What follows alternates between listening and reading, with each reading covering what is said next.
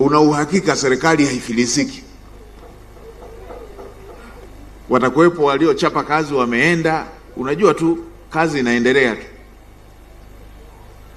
Wenzetu waliojiajiri, yeye asipofanya kazi familia nzima inasimama. Na ukichukua kitendea kazi chake, ndo kabisa umeua mtaji, umeua na maisha ya familia nzima.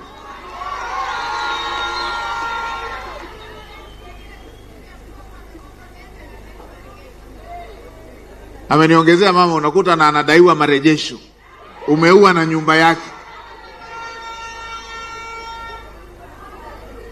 Nilienda ile siku ile niko pale Mvumi, wameshikilia gari ya yule kijana yule, wanamdai 700,000. Ndio, mnamdai 700,000.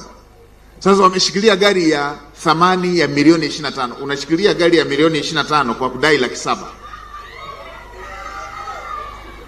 Wameshikilia miaka mingapi? 7. Ni mambo ya kipuzi kabisa hayo. Na kuonesha kwamba ni makusudi tu, nimemaliza siku ile ile, wiki inayofuata wamemrudishia.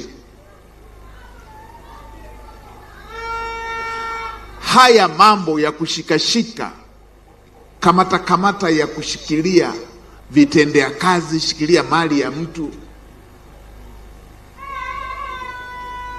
tuachane nayo.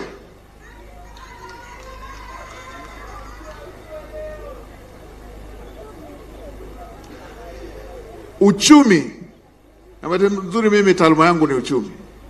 Uchumi una vibatani, una vieneo vingi sana ambavyo ukigusa tu unaona mtawanyiko wake katika maeneo mengi. Mheshimiwa Rais alipoapishwa tu akasema sitaki akaunti za wafanyabiashara zifungwe, sitaki mchukue fedha zao. Mapato yaliongezeka kutoka trilioni 1.2 yaliongezeka mara 3 zaidi. Kuna mwezi mmoja imeenda trilioni 3.4, trilioni 3.5, kutoka trilioni 1.2, kutoka trilioni 1.2. Kama makusanyo yameongezeka, maana yake wale watu wanaolipa hiyo kodi wameongeza kipato chao bila nguvu. Mapato yameongezeka, maana yake wale waliolipa wameongeza uzalishaji. Sasa mtu unayetaka azalishe, huku unaenda unakamata kitendea kazi. Unataka akulipe, huku unaenda unakamata kitendea kazi. Analipaje?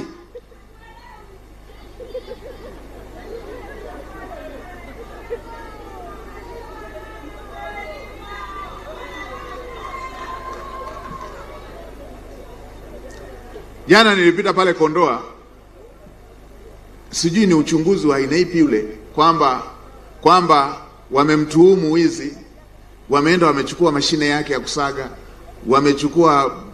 wamechukua mpaka kitanda na godoro. Uchunguzi gani wa kuchukua mpaka godoro?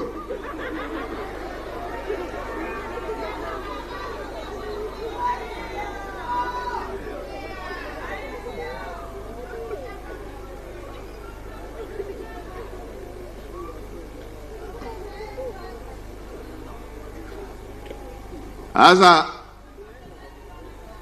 nasema wamezoea. Sasa mimi nimekuja nitawashikisha adabu wote wasio na adabu.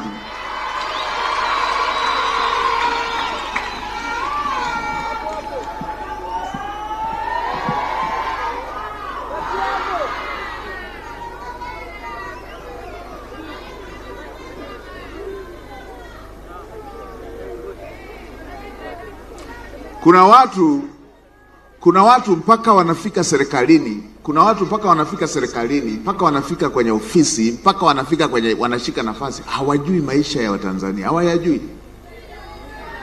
hawayajui.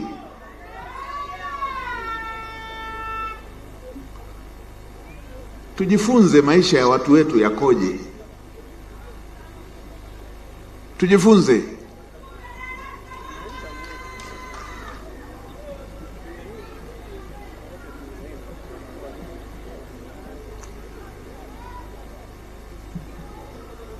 Nimepita pale na ili Mheshimiwa Waziri, tukienda huko tukimaliza budget tutaenda tujadiliane. Nimepita pale nikakuta jana kwenye maandishi yaliyoandikwa, nilikutana na kesi moja ya kijana mmoja, mifugo yake ilikamatwa. Baada ya kuwa imekamatwa wakaishikilia, baada ya kuwa wameishikilia wakashinda kesi, wakapeleka kwenye mahakamani, mwenye mifugo akashinda kesi. Nimeshawashinda mahakamani, mahakama ambao ninyi wenyewe serikali mmeanzisha na mnaamini ndio chombo cha kutoa haki. Haya, nirudishieni, nimeshawashinda, mifugo yote imekufa. Hivi mnajua sisi wafugaji kwamba hata ng'ombe akivunjika mguu tunamfunga POP? Nyie mnaenda mnaua mifugo yote.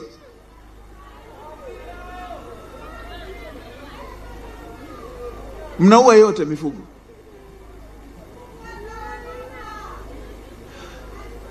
Sisi ng'ombe akivunjika mguu, hata achinjwi, hata wale wanaochunga wale tunamfunga POP. Ninyi mnakamata mnaenda mnaua wote.